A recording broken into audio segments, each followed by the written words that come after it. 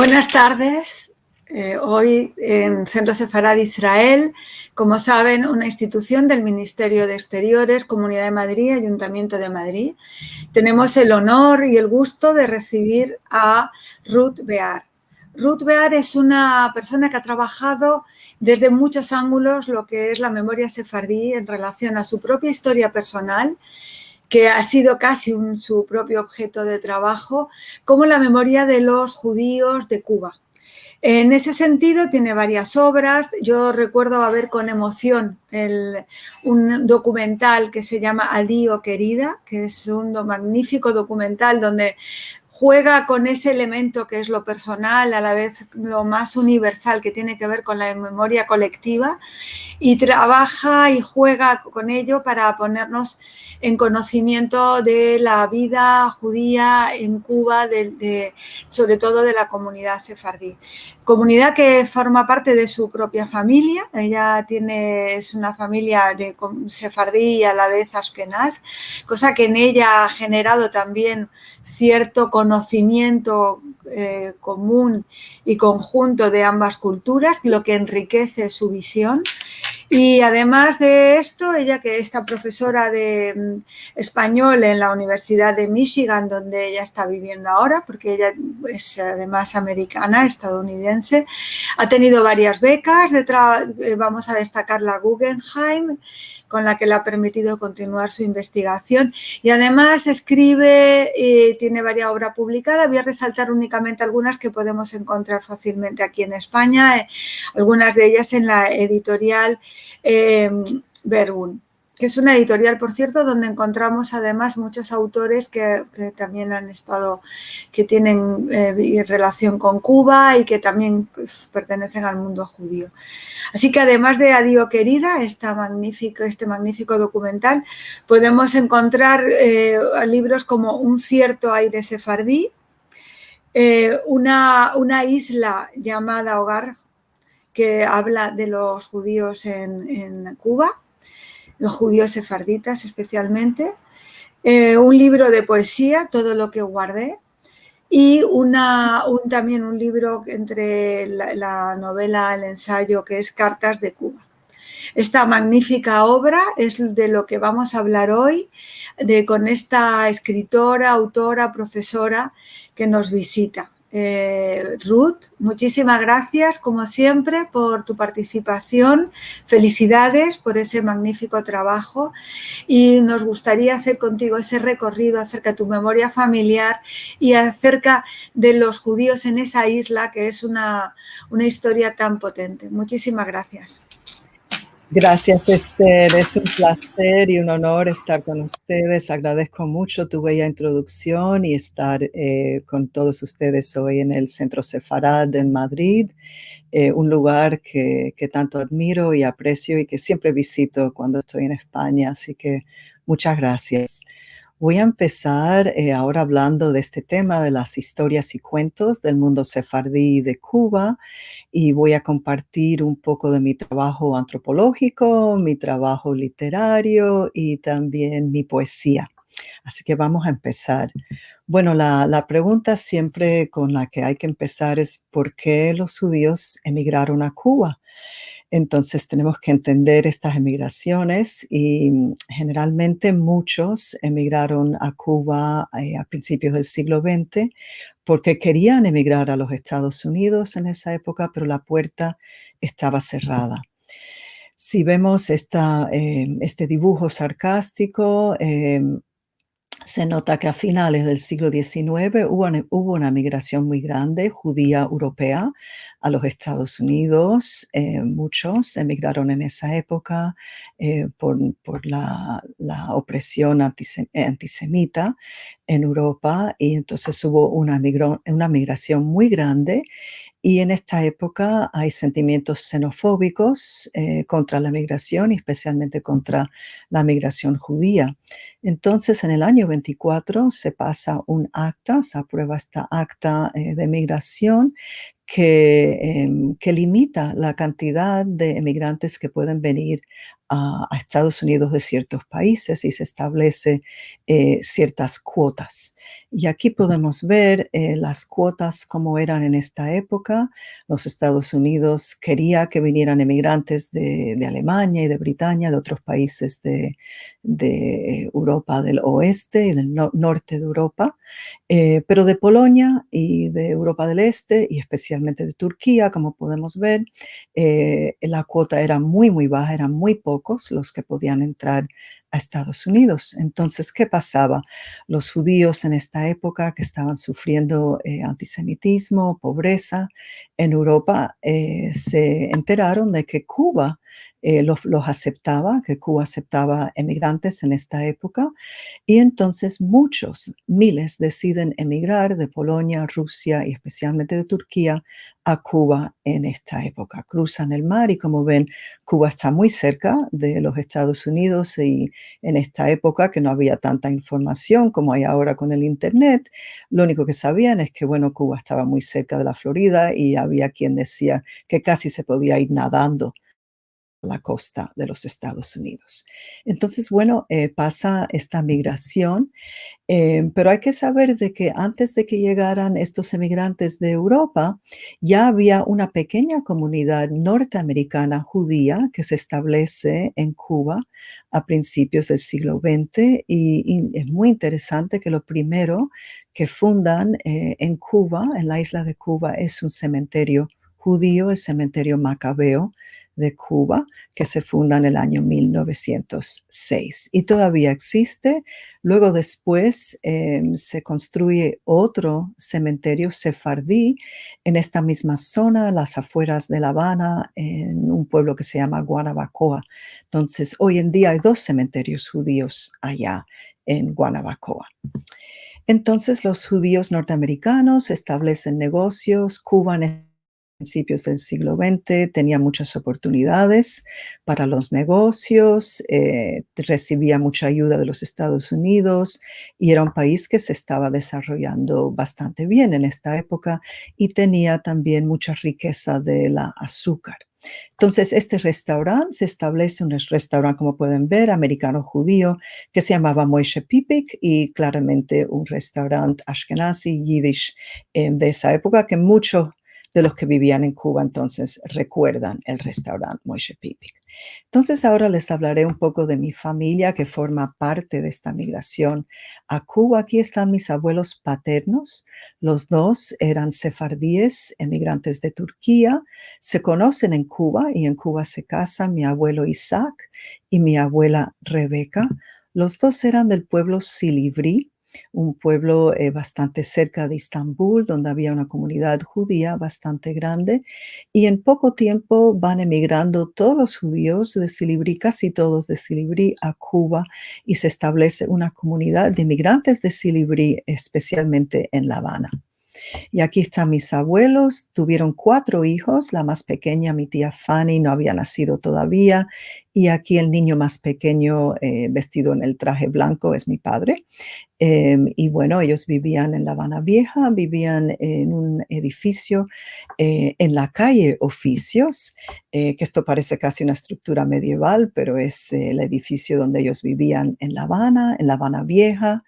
Ahí vivían muchos turcos, emigrantes sefardíes. Curiosamente, tenía 3 pisos el edificio y era lo que llaman en Cuba un solar. En cada piso habían varios apartamentos y todos compartían un baño en el mismo piso. Y bueno, he regresado varias veces a ver este lugar donde vivían mis abuelos y donde vivía mi papá y su familia.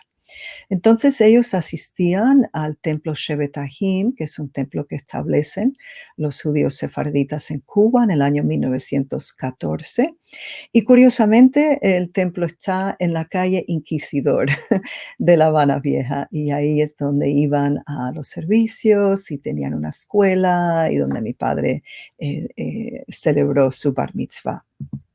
Entonces ahora de parte de mi familia materna, aquí están mis abuelos maternos, Esther y Máximo, ella de Polonia, él de Rusia, igual ellos se conocen, estos abuelos también se conocen en Cuba. Aquí está mi abuela materna, Esther. Y bueno, ella tiene una historia muy interesante. Ella fue sola a Cuba a encontrarse con su papá, que llegó a Cuba primero, que tuvo mucha dificultad en ahorrar dinero para traer la familia. Ella era la mayor de 7 hermanos. Y él, después de 3 años de trabajar en Cuba, ahorra suficiente dinero para traer uno de los hijos a Cuba en barco, y quiere traer uno de los hijos varones, pero ella le insiste que ella, siendo la mayor, debe ser la primera en ir a Cuba y ayudarlo, y lo convence y va a Cuba. Ella migra del pueblo de Goworowo en Polonia, más o menos cerca de Varsovia, y ahí se encuentra con su padre y, por cierto, ayuda a traer a la familia de Cuba. Ellos se establecen en un pueblo llamado Agramonte, en la provincia de Matanzas. Ahí está mi abuela en el vestido blanco con su mamá, mi bisabuela al lado de ella, mi bisabuelo con el sombrero. Y bueno, entonces, gracias a mi abuela, ella salva a la familia en las vísperas del Holocausto, de la Shoah. Y bueno, aquí está el pueblo de Agramonte, donde ellos se establecen en una zona muy rural, eran la única familia judía. Todo eso me inspiró a escribir una novela llamada Letters from Cuba, Cartas de Cuba, sobre esta historia, todo escrito en forma de cartas. Entonces, ellos, los abuelos, forman parte de esta comunidad que se establece en Cuba y que en muy poco tiempo crean muchas instituciones judías, crean sinagogas y cementerios a principios del siglo XX. Verán que ahí entre el año 60 y el 90 ponen que es un momento, una etapa de silencio después de la Revolución cubana. Se establece un sistema comunista, ateo, y aunque no hay antisemitismo, es un momento en que la religión se suprime bastante en esta época y solo algunas personas mayores mantienen el judaísmo en esa época. Entonces, aquí en el mapa de Cuba pueden ver cómo los judíos se establecieron por toda la isla de Cuba. Por supuesto, en La Habana es donde había 5 sinagogas, en la gran ciudad de La Habana, pero también había comunidades en toda la isla de Cuba, en Oriente, en Guantánamo y Santiago de Cuba, donde todavía hay comunidades, se establecieron en esta época, y también por todo el centro de Cuba. Es muy interesante, yo he viajado por toda la isla, y que exista un cementerio judío en un pequeño pueblo que se llama Camajuaní es muy impresionante. Hoy en día en La Habana hay 3 sinagogas que todavía funcionan, y hay una en Santa Clara, también en Santiago y también en Guantánamo, y todavía hay comunidades pequeñas por toda la isla de Cuba. También se establecen instituciones educacionales y estudiantiles judías en esta época, como pueden ver, y muchos negocios judíos en La Habana Vieja. Muchos negocios se establecen especialmente en La Habana Vieja porque están cerca del puerto donde llegan los productos que venden. La mayoría de los judíos eran vendedores ambulantes al llegar a Cuba, y después muchos pudieron establecerse y crear tiendas en La Habana Vieja, donde algunas pequeñas y otras ya más grandes, donde vendían muchos productos, telas y muchos otros productos en esa época. Y bueno, también en Santiago de Cuba igual había estos negocios judíos. Pueden ver aquí varios nombres sefardíes en esta lista. Y bueno, seguimos. Entonces, ya para los años 50, esto es muy interesante, ya para el año 53 la comunidad se ha vuelto muy próspera. Piensan que van a estar en Cuba para siempre y crean la Casa de la Comunidad Hebrea en La Habana, en la zona del Vedado. Ya se van mudando de La Habana Vieja a la zona más antigua, pero también un poco más eh, pobre. Esas zonas se mudan a la zona del Vedado, que es más moderna, un poco más lujosa, y ahí quieren establecer y establecen su Casa de la Comunidad Hebrea, lo que en inglés llamaríamos un JCC, que se llama, y le seguimos llamando los cubanos, el patronato. Entonces, en esta época tienen esta visión de permanencia en Cuba. Y bueno, aquí pueden ver cómo parece hoy en día, con su gran arco llegando al cielo, y parece que otra vez es una visión de mucha permanencia en Cuba. Y a la misma vez los judíos sefarditas crean su centro hebreo sefaradí de Cuba en el Vedado, igual que el patronato que es establecido por judíos ashkenazí. Los sefardíes establecen su centro hebreo sefardí de Cuba en la misma zona del Vedado y que sigue existiendo hoy en día. Entonces aquí empiezo a compartir un poco de la historia de mi familia. Aquí están mis padres cuando se conocieron muy jóvenes en esta época de los años 50. Mi mamá ashkenazí, mi padre sefardí, se enamoran, pero esto crea un gran problema en la familia, especialmente en la familia de mi mamá. De todas formas, se casan. Aquí pueden ver la familia sefardí del lado de mi padre y ashkenazí del lado de mi madre, incluyendo a mis bisabuelos en esta época en Cuba. Y entonces, bueno, se crean grandes conflictos por las diferencias en las creencias y las culturas que tiene cada comunidad. Y este tema hablo de este tema en mi libro Un cierto aire sefardí, por cierto, en un ensayo que se llama Un cierto aire sefardí, que se publica en una versión artesanal en Cuba, con mi amigo Rolando Esteves, que es un gran artista de libros artesanales y poeta, y que, bueno, me apoya mucho en esta época. Les leeré un poco del libro aquí y de este cuento de mis padres. En 1956, en Cuba, la unión de mi madre, hija de polacos, y mi padre, hijo de turcos, era casi vista como un matrimonio interracial por ambas partes de la familia. Las comunidades askenazí y sefardí que habían echado raíces en Cuba en la década de 1920 se habían mantenido separadas. Rezaban en distintas sinagogas, vivían en barrios distintos en La Habana y se habían afincado en diferentes regiones del país. Baba, al enterarse de que mi madre planeaba casarse con Albertico Bear, le había dicho desesperada: «¿Pero cómo vamos a hablar con sus padres? Ellos ni siquiera hablan yiddish». Mis abuelos maternos consideraban el español la lengua de los goyim, mientras que para mis abuelos paternos era justamente la lengua en que se expresaba su propio judaísmo. Las historias que escuchaba sobre mi familia sefardí me las contaba mi familia askenazí y por lo tanto estaban deformadas por un lente que las convertía en exóticas y las que se apreciaba cierto deje racista.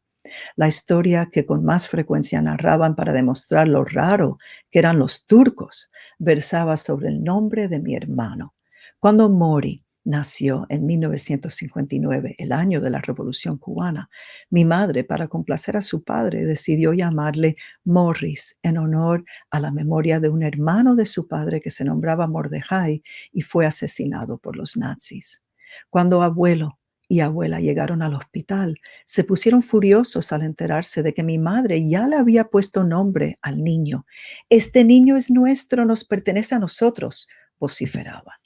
Mami, a su vez, también montó en cólera y les respondió a sus suegros que como era ella quien había parido al niño, decidió complacer el deseo de su padre. Abuelo y abuela, que se sentían profundamente dolidos y estaban convencidos de sus derechos, le dijeron: «Pero nosotros te dejamos nombrar a la primera, a la niña, esa era yo, para que honraras la parte de tu familia. Este segundo niño nos pertenece y nosotros queremos llamarle Isaac». Mami se sentía consternada por partida doble. ¿Cómo podía un niño pertenecer a sus abuelos en vez de a su madre? ¿Y cómo se podía dar a un niño el nombre de un familiar aún vivo? «Isaac, que le llame Isaac, pero si usted está vivo». Abuelo replicó: «Sí, yo estoy vivo y quiero que el niño se llame como yo». Mami, aferrándose a la tradición askenazí, que consiste en nombrar a los recién nacidos para honrar a los muertos y no para dar satisfacción a los vivos, se negó a cambiar de parecer. Al final llegó a un compromiso y consintió en llamar Morris Isaac al recién nacido. ¿Acaso cuento esta historia con la intención de recordar el dolor y la pérdida que mis abuelos sefardíes sintieron entonces? Comprendo ahora que abuelo y abuela fueron inducidos a un arreglo que asignaba a sus tradiciones y a su memoria un lugar secundario en la familia, del mismo modo que en Pesaj íbamos a su casa casi siempre al segundo Seder y no al primero. Nunca nos hemos referido a mi hermano como Isaac, nunca le dimos a abuelo esa alegría en vida y aún se la negamos en la muerte. Bueno, seguimos. Así que bueno, ahí estoy yo de niña en La Habana, en el famoso malecón, al lado del mar. Vivíamos muy cerca. Ahí estoy con mi mamá, donde me llevaba mucho al mar. Yo le tengo mucho respeto al mar, siendo cubana, siendo una persona de una isla. Y también vivíamos cerca del patronato, la casa de la comunidad hebrea de Cuba, en La Habana.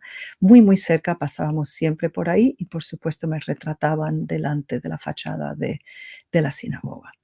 Entonces, bueno, mi niñez empieza en Cuba, pero se interrumpe por la Revolución Cubana, aquí Fidel Castro entrando a La Habana en el año 59, y los judíos al principio están a favor de la Revolución Cubana, la apoyan, pero luego, y bueno, la apoyan, como estoy diciendo, y tanto que todavía en esta época, en el año 60, está el rabino Gambach en Cuba y publica su Agadá de Pesaj en el año 60. Pero todo cambia ya a partir del año 61, después de la invasión en la playa Girón o Bahía de Cochinos, como le dicen en los Estados Unidos. Y después de esa época, Fidel Castro anuncia que la revolución será comunista y anuncia también que van a nacionalizar los negocios y las propiedades privadas. Y es en ese momento que los judíos, casi todos, un 80% de la comunidad de 15,000 personas, deciden irse de Cuba.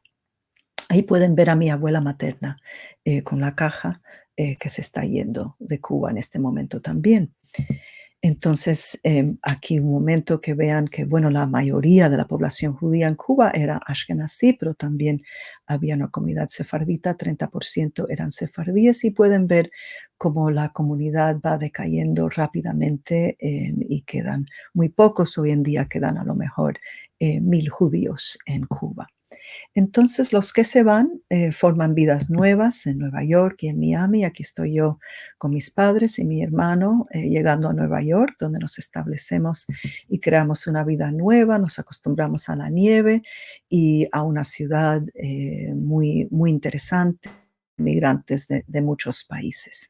Así que yo soy cubana nuevayorquina, pero también tengo mucha familia y amistades, por supuesto, que se van a vivir a Miami, donde se establece la mayoría de la comunidad exiliada.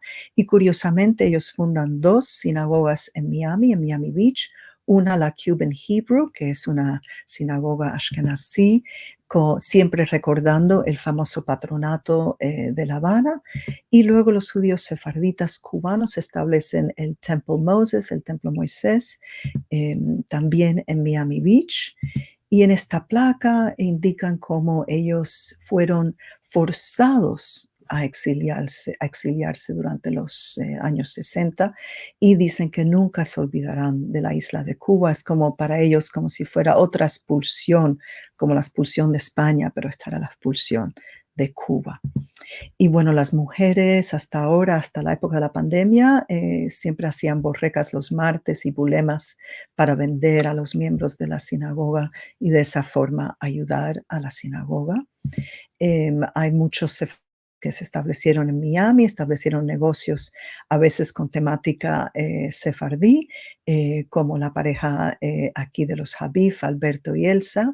Él ya murió, pero ella sigue manteniendo el negocio de la joyería Habif, donde venden los ojitos de la buena suerte que importan de Turquía. Y bueno, la mayoría de los judíos sefarditas cubanos que viven en Miami no han regresado a la isla, no han querido regresar por razones políticas, a veces porque no quieren ver cómo ha cambiado la isla, pero también hay familias que regresaron, especialmente en la época de Obama, cuando se abrió la puerta hacia Cuba, y aquí una familia de otra rama de la familia Habif que viajaron todos, los padres, los hijos, los nietos, a Cuba y fueron a lugares muy clásicos como el Tropicana. y mantienen tradiciones tanto sefarditas como cubanas, como jugar el dominó, que es una tradición muy, muy cubana que están aquí jugando estos señores. Y hay 2 cementerios en Miami, cementerios judíos, donde están enterrados los judíos cubanos que han muerto, entre ellos otro Béjar como yo, y esta tumba me llamó mucho la atención. Abuelo Papi, el rey del dominó, en nuestro corazón siempre, y si pueden ver ahí en la misma tumba, hay fichas del dominó. Y bueno, aquí una foto de mi mamá con los 2 abuelos, mi abuelo materno en la camisa blanca y mi abuelo paterno Isaac en la guayabera, están en Miami Beach. Y bueno, una historia muy curiosa, voy a compartir un poema con ustedes. Mi abuelo paterno, después de morir mi abuela paterna Rebeca, él se muda y vive sus últimos años en Miami, en el Hotel Majestic, donde ellos iban de vacaciones de Nueva York. Hotel Majestic para mi abuelo en su memoria. Hubo varios años cuando ir a Ocean Drive significaba decirme a mí misma, detente en esa esquina, tu abuelo está ahí, sentado en una silla con la mirada fija en el mar, ya sin saber qué mar está mirando. Él debió haber sido terriblemente cruel antes de que yo naciera, porque más de una vez me seguí de largo, preferí la playa en lugar de ir con él. Mi padre lo llamaba Isaac, nunca papá, el olor de los puros rancios y el resentimiento en su voz. Yo veía a un hombre jovial, nariz finamente cincelada, risa como una casa ardiendo, salvajes ojos de espanto, hombros escogidos, preguntándose cómo espiar sus culpas. Entonces yo empiezo a volver a Cuba después de escuchar tantas historias de mi familia. Yo me fui con 4 años y medio de Cuba, o sea que me crié completamente en los Estados Unidos, pero siempre hablando español, siempre escuchando las historias. Y bueno, como antropóloga también tenía el deseo de volver a Cuba, de ver este lugar donde nací. Empiezo a volver a principios de los años 90 con mucha frecuencia. Voy a Cuba y al principio voy y me retrato y me paro en los mismos lugares donde estuve de niña, como buscando estos lugares perdidos. Y hablo sobre este tema, esta búsqueda del hogar, en mi libro, Una isla llamada Hogar. Les leeré este pequeño fragmento. Durante los años 90 frecuenté las sinagogas, me codeé con los judíos en Cuba, pero nunca tomé notas, nunca fotografié, nunca filmé. Cuando paseaba por el malecón y miraba al ancho mar, sentía ataques de pánico. Rara vez me aventuraba más allá de las que fueron nuestras antiguas casas en Cuba. Me aterraba perderme en La Habana y que nadie volviese a saber de mí. Soy profesora de antropología, pero todo lo que podía hacer era escribir un poema tras otro sobre mi reencuentro con Cuba. Yo estaba habituada a ir a otros lugares a hacer trabajo de campo, pero ¿podía Cuba ser un campo de trabajo? Cuba era mi país natal. ¿Cómo podía ser antropóloga ahí? Y por cierto, había trabajado en España, en un pueblo en la provincia de León, y luego en México como antropóloga en los años 80, y luego empiezo a viajar a Cuba en los 90.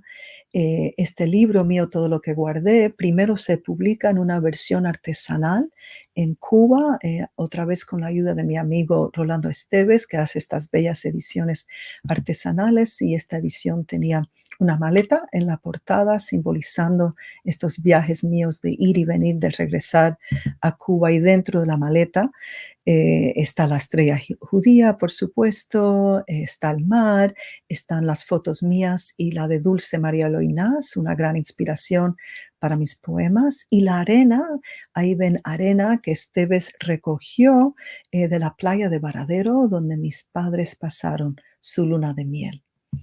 Y entonces, bueno, ahí estoy yo con Rolando Esteves, época cuando empecé a ir a Cuba y tuve la suerte de tenerlo a él como amigo. Y luego el libro se publica en una versión comercial, bilingüe, Everything I Kept, todo lo que guardé. Y les voy a leer un poema que tiene mucho que ver con esta historia mía. Está en inglés, Prayer, lo voy a leer en español, Rezo. Esto me pasa con frecuencia, con demasiada frecuencia. Voy camino a casa, manejando por calles conocidas. Faltan solamente unas pocas cuadras y de no sé dónde viene una mano despiadada y agarra mi corazón y lo exprime hasta dejarlo seco. Tiemblo, una neblina tapa mis ojos. No puedo saber ya si estoy despierta o soñando.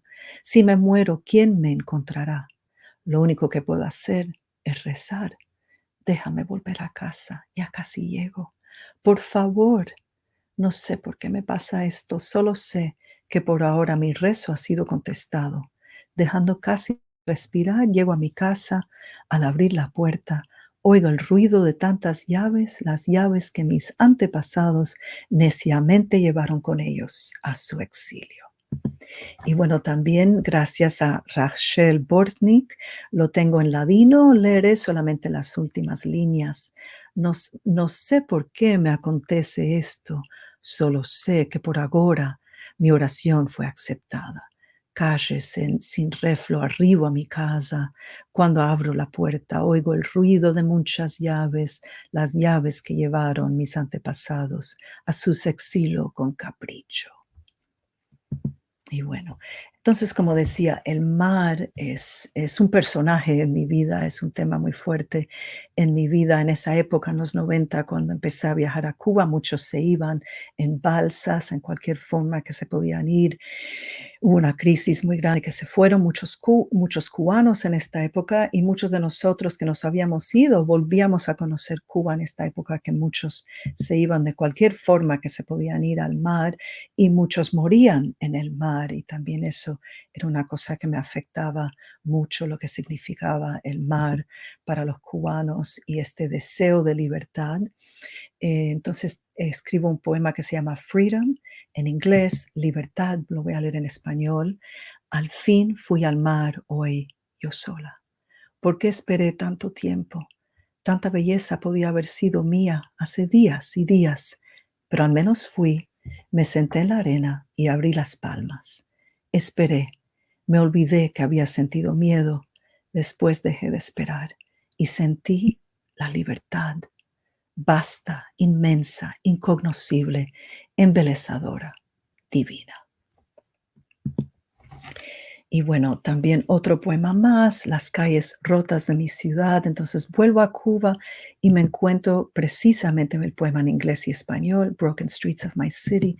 Me encuentro precisamente y literalmente que las calles de La Habana están rotas. Yo me caigo en una de estas calles y por poco me fracturo un hueso.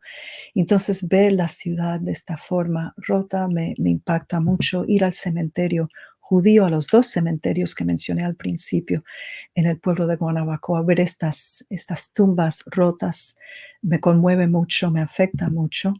La estrella judía está rota en el cementerio, todo esto me afecta bastante.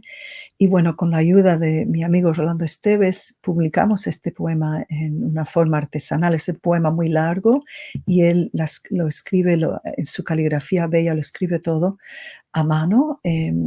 Y bueno, voy a leerles solamente unas líneas. Aparecen mis padres en el poema porque ellos no han querido regresar a Cuba y yo he ido constantemente. Entonces aquí les suplico que vayan a Cuba conmigo. La lluvia vendrá como viene ahora. Me voy a arrodillar para quitarles los zapatos. Luego me quito los míos. El mar se llevará los muros del malecón y vamos a caminar descalzos en la lluvia. Tanta agua que nos iremos flotando. De la lluvia se hará un río tibio. Llévanos con cuidado, le diré. Y bueno, hice una película, Adiós querida, hace muchos años, enfocada en la vida de los judíos sefarditas cubanos y cubanos americanos. Mi padre aparece en el documental está dedicado a él precisamente, que está muy en contra de mis viajes a Cuba, pero bueno, mi herencia sefaradí viene de mi padre y quería mostrarle que todavía se mantiene una cultura sefardí en Cuba. Es una de las razones por la cual hice el documental. Vamos al cementerio judío en New Jersey, en Nueva Jersey, donde están enterrados, por cierto, sus padres, aquí su mamá, mi abuela Rebeca, y también yendo yo a Cuba, ahí conozco la comunidad, voy a la sinagoga sefardí, al centro hebreo sefardí de La Habana, el que está en la zona del Vedado. Descubro que hay 9 Torás que fueron traídas de Turquía, una cosa impresionante. Y conozco a una persona realmente maravillosa, Alberto Bear, con el mismo nombre de mi padre, una persona muy espiritual que se cría con un padre muy revolucionario, pero un abuelo que mantenía tradiciones sefarditas. Y bueno, lo visito y él me muestra todas las cosas que ha guardado de su herencia judía, un kipá muy viejo del año 59, un talit de su abuelo turco. Y bueno, hablamos de muchas cosas. En mi libro, Una isla llamada Hogar, aparece este fragmento. Alberto levanta la vista hacia el marco de la puerta a la entrada de la casa. ¿Ves la mezuzá? Siempre estuvo ahí. Mi abuelo la mantenía dentro de la casa, no afuera. Yo nunca la he cambiado de lugar. Está exactamente donde ha estado siempre. Nosotros no hemos cambiado nada en la casa. Para bien o para mal, hemos dejado las cosas tal y como estaban. Mi abuelo era religioso. Por eso es que me gusta el trabajo que hago en el patronato, preparando a los niños con vistas a sus bat y bar mitzvah. Siento que les estoy pasando la cultura a ellos, estoy conservando las tradiciones judías. El padre de Alberto apoyó la revolución, hablaba bien el ruso, pero cuando se estaba muriendo pidió que le enterraran en el cementerio sefardí de Guanabacoa, al otro lado de la línea férrea. Alberto cuestionó el deseo de su padre, recordándole que él nunca había creído en la religión. Su padre insistió en ser enterrado donde sus padres habían sido enterrados. En el funeral, cuando se le pidió que recitara el Kaddish, Alberto contestó que no tenía ni idea de qué cosa era el Kaddish. Esto eran los años 80, cuando otra vez durante esta época de ateísmo en Cuba había muy poca tradición judía entre los jóvenes y él no sabía lo que era el Kaddish, pero ahora una que prepara a los jóvenes para su bar y bat mitzvah. Bueno, otra historia que les quiero contar es la de Danaida, que en esta época era una niña con su peluche y que la llevo ya conociendo por muchos años. Y este cuento aparece en mi libro, Un cierto aire sefardí, un cuento que se llama La libertad de viajar a cualquier parte del mundo. La primera vez que me encontré con Danaida fue en La Habana y corría el año 1993. Es correcto decir que me encontré con ella, entonces era tan solo una niña de 4 años que agarraba a su padre de la mano. Yo conocía bien a José Levi, su padre, y fue él quien trajo a Danaida a una celebración de Hanukkah a la sinagoga del patronato. Nos saludamos y después de la fiesta nos quedamos conversando afuera del edificio. Danaida abrazaba un osito de peluche. Por entonces en Cuba no se vendían muñecos de peluche. El osito de peluche había sido un regalo de la misión judía americana que había venido a Cuba a entregar donaciones médicas y regalos a la minúscula comunidad judía que pasaba por las primeras fases de revitalización. Y bueno, aquí está Danaida, ya un poco mayor, con su padre José Levi, que era el presidente de la sinagoga, el centro sefardí de Cuba, en La Habana. Y bueno, Danaida se pasaba todo el tiempo, todo su tiempo libre, todos sus momentos realmente en el centro hebreo sefardí con su papá. Los años pasaban y Danaida veía como muchos judíos conocidos suyos del centro sefardí abandonaban Cuba y se iban a Israel. En los años 90 lo hacían en secreto mediante una operación conocida como Operación Cigarro. Después comenzaron a irse abiertamente y en número cada vez mayor. Si hacían la aliyá, los judíos cubanos recibían alojamiento gratis y un estipendio durante su primer año como inmigrantes. Danaida vio cómo en poco tiempo se fueron sus tíos, luego los hermanos menores de su padre con sus familias al completo y su media hermana. La filantropía de los judíos norteamericanos había suscitado ansias de independencia económica y movilidad social. Cada pocos meses Danaida veía a su padre tachar con un bolígrafo de tinta roja nombres de la lista de miembros del centro sefardí. Y bueno, ella vivía con su madre, Florinda, que está aquí en esta foto. Los padres, tanto Florinda como José Levi, vivían en el mismo edificio. Ella se crió con su madre, pero su padre le enseñó el judaísmo con el permiso de su madre. Y Levi la prepara para su bat mitzvah, también le enseña a cantar de la Torá. Y bueno, y aquí está Danaida después de estos momentos esperando que le llegue la visa para irse a Israel. Danaida solo pensaba en la llegada del día en que también ella se iría de Cuba. Israel se había convertido en el motivo de todos sus sueños. Nunca imaginó que su padre pudiera renunciar al centro sefardí. Era toda su vida. Pero una mañana Levi tomó la decisión. Él también se iría. Él la había llevado de la mano a la sinagoga cuando ella era una niña pequeña y la llevaría de la mano también ahora que era ya adulta y partía hacia la tierra prometida. Después de tanto esperar, recibieron el pasaje de avión. Fue el 5 de noviembre del 2007. Y bueno, muy complicado, por supuesto, la despedida de su madre. Y aquí ya después Danaida con su padre en Israel se casa con un dominicano que conoce en España y que luego los dos van a vivir a Israel ahí con su niña y luego con su segunda hija en Israel y aquí con su esposo. Y bueno, cuando a Danaida le llegó el momento de despedirse de su madre, comenzó a llorar y ella también le pudo el llanto. Tenía solo 18 años y se iba. Decía adiós a su país y a una madre que era testigo de Jehová y no podía irse con ella. En octubre de 2009 nos volvimos a ver, Danaida y yo, en Beersheba. Decidimos hacer una pequeña excursión al Mar Muerto. Danaida me llamó, ven, es que duele, las rocas me arañan los pies. No son rocas, dijo Danaida, es sal, todo es sal. Me incliné y recogí bellos collares de cristales de sal. Entonces, bueno, muchos de los cuentos aparecen en mi libro, Una isla llamada Hogar, donde cuento un poco más la historia general de los judíos en Cuba. Aquí pueden ver otra vez la entrada al patronato, la casa de la comunidad hebrea, donde han ido muchos visitantes que van a Cuba buscando la comunidad judía de Cuba. Aquí está Adela, que es la actual presidenta de la comunidad judía de Cuba. Ella es ashkenazí y una persona fascinante que conoce la época anterior de la revolución y la época posterior. Aquí está Rosa Bear, que compartimos un apellido, aunque no somos familia. Ella es doctora y maneja la farmacia que existe hoy en día dentro del patronato. Ahí llegan las donaciones de medicamentos a la comunidad judía y se reparten. Bueno, muchos de los que visitan a Cuba van a visitar el cementerio que he mencionado, el cementerio en el pueblo de Guanabacoa.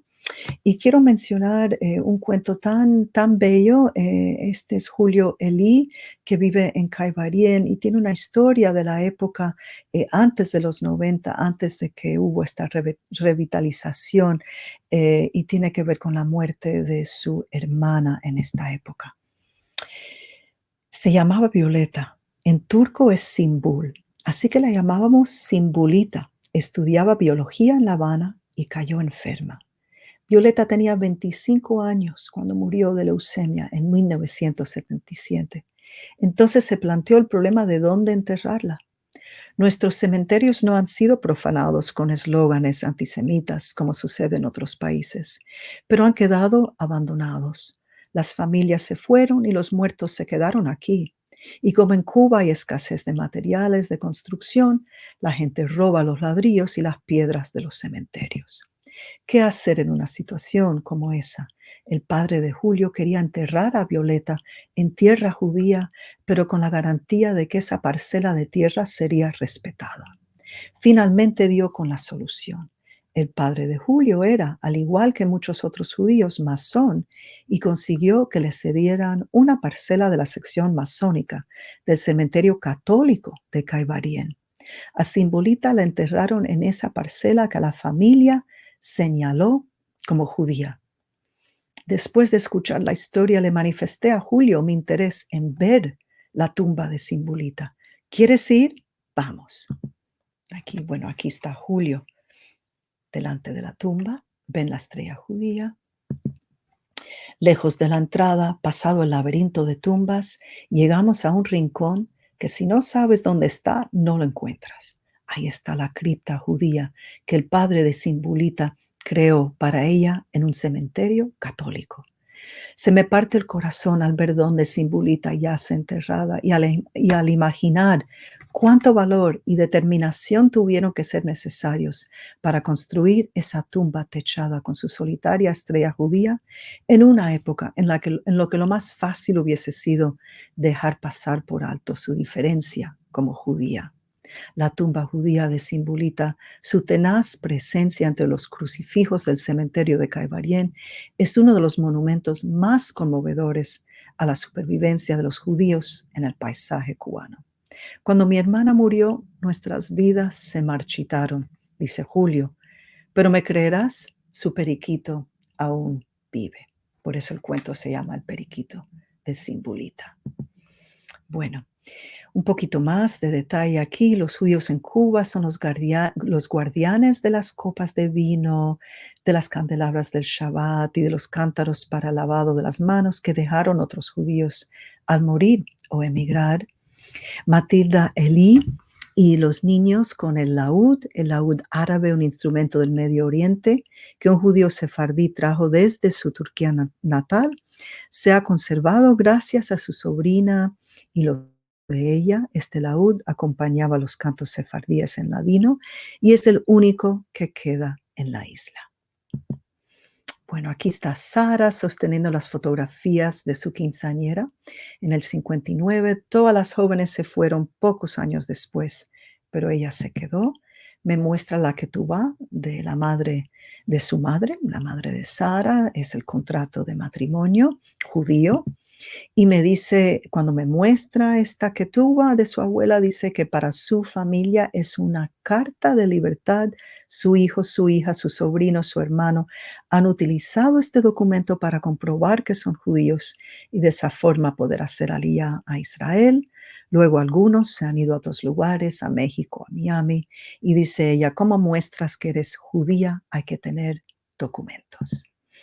Aquí estos niños ya mayores muestran otros documentos. También hay que tener documentos actuales para acreditarse como judíos. Y estos niños en esta época, Víctor y David, dos jóvenes hermanos, conocen esta verdad y con mucha convicción y sinceridad me muestran los documentos de su conversión, de su circuncisión.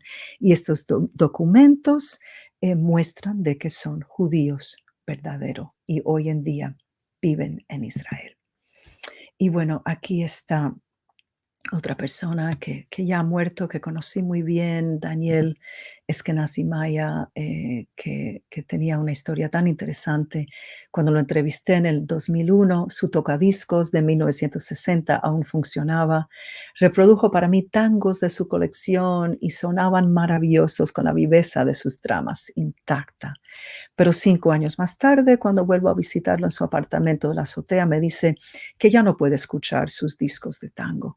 Mi tocadiscos se ha roto y no hay nadie en Cuba que sepa cómo arreglarlo. Todavía disfruto de mi colección de discos, dice. Recuerdo todos los tangos. Puedo escucharlos en mi cabeza. La memoria de Daniel se ha convertido en su tocadiscos, su memoria y su imaginación. El tango le ha dotado de la capacidad de imaginar qué es sentir el exilio. Mi Buenos Aires querido, cuando yo te vuelva a ver, no habrá más pena ni olvido. Puedo ver a Daniel cantando esta canción en su azotea, aunque él nunca haya conocido el exilio ni haya abandonado su hogar. Él conoce otro tipo de pérdida, la de ver partir a toda la gente a su alrededor. De vez en cuando me gusta pensar que él me está cantando ese tango sobre Buenos Aires. Como Daniel, yo también amo el tango, lo amo por su obsesión por las cosas perdidas. Y bueno, él me pareció tan interesante que como judío sefardí era tan enamorado del tango. Entonces, bueno, la comunidad judía sigue evolucionando. Ahora voy a concluir con unas últimas imágenes de varios judíos sefarditas que mantienen su vida en Cuba, como David Thatcher, que vive en Santa Clara. Él hizo algo muy importante, construyó un monumento al Holocausto, a la Shoah, en el cementerio judío de Santa Clara, como pueden ver aquí. Además, la sinagoga en Santa Clara la habían perdido la comunidad judía porque ya quedaban muy pocos en la época de la Revolución y él hizo un gran trabajo en buscar fondos para construir una nueva sinagoga en Santa Clara, aunque solamente quedan a lo mejor 25 personas judías en este lugar, pero le pareció importante que otra vez existiera una sinagoga en Santa Clara y construyeron esta bella sinagoga con este símbolo de la menorá, la estrella judía y la isla de Cuba. También les menciono que existe hasta hoy en día una comunidad judía en Guantánamo. Está aquí Rodolfo Mizrahi, que es el presidente de esta comunidad muy bella, pequeña pero muy bella en Guantánamo, donde mantienen las tradiciones. Y bueno, en La Habana, por supuesto, siguen manteniendo tradiciones judías, hacen grandes fiestas de Hanukkah, bueno, las hacían hasta la época esta de la pandemia, y como pueden ver, manteniendo una cultura judía, israelí, también una cultura cubana con esta gran bandera cubana. Los jóvenes tienen su grupo de Rikudim y hacen unos performances de danza, de baile impresionantes. También han participado en los Juegos Macabeos e invitan a personas de otras religiones también a ver estas grandes festividades. Hay mucha conciencia de la historia del Holocausto. Una exhibición, por cierto, en el Centro Hebreo Sefardí. Hay una exhibición permanente sobre el Holocausto. Aquí hace poco todos aquí mostrando el hashtag Nos acordamos, We Remember el Holocausto. Todas estas personas son muy activas en la comunidad. Muchos de ellos son maestros y maestras. Tienen una escuela los domingos para los niños y los adultos, una escuela hebrea. Aquí un judío sefaradí mostrando la botella del Gefilte que viene de donación de las comunidades norteamericanas y canadienses judías.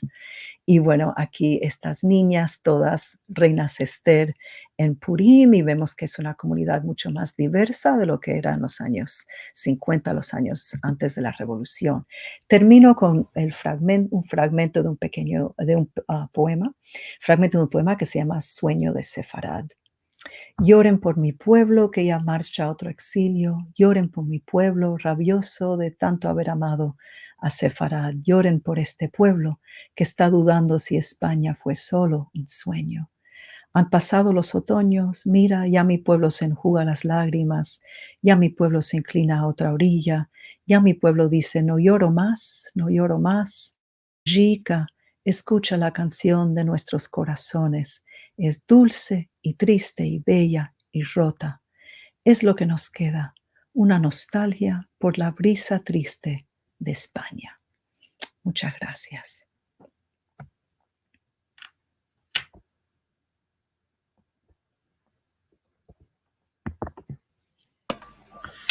Muchísimas gracias, Ruth. Muchísimas gracias. Has hecho un recorrido poético, histórico, que nos ha dejado a todos con una visión muy, muy personal de esta historia. Gracias, gracias Esther. Les agradezco mucho la oportunidad de poder compartir esta historia que espero no haya sido muy larga y que les haya Es una gustado. historia con muchos matices y espero que en alguna ocasión podamos poner en nuestro canal de YouTube, que espero que además que los que estén viendo nos puedan suscribirse.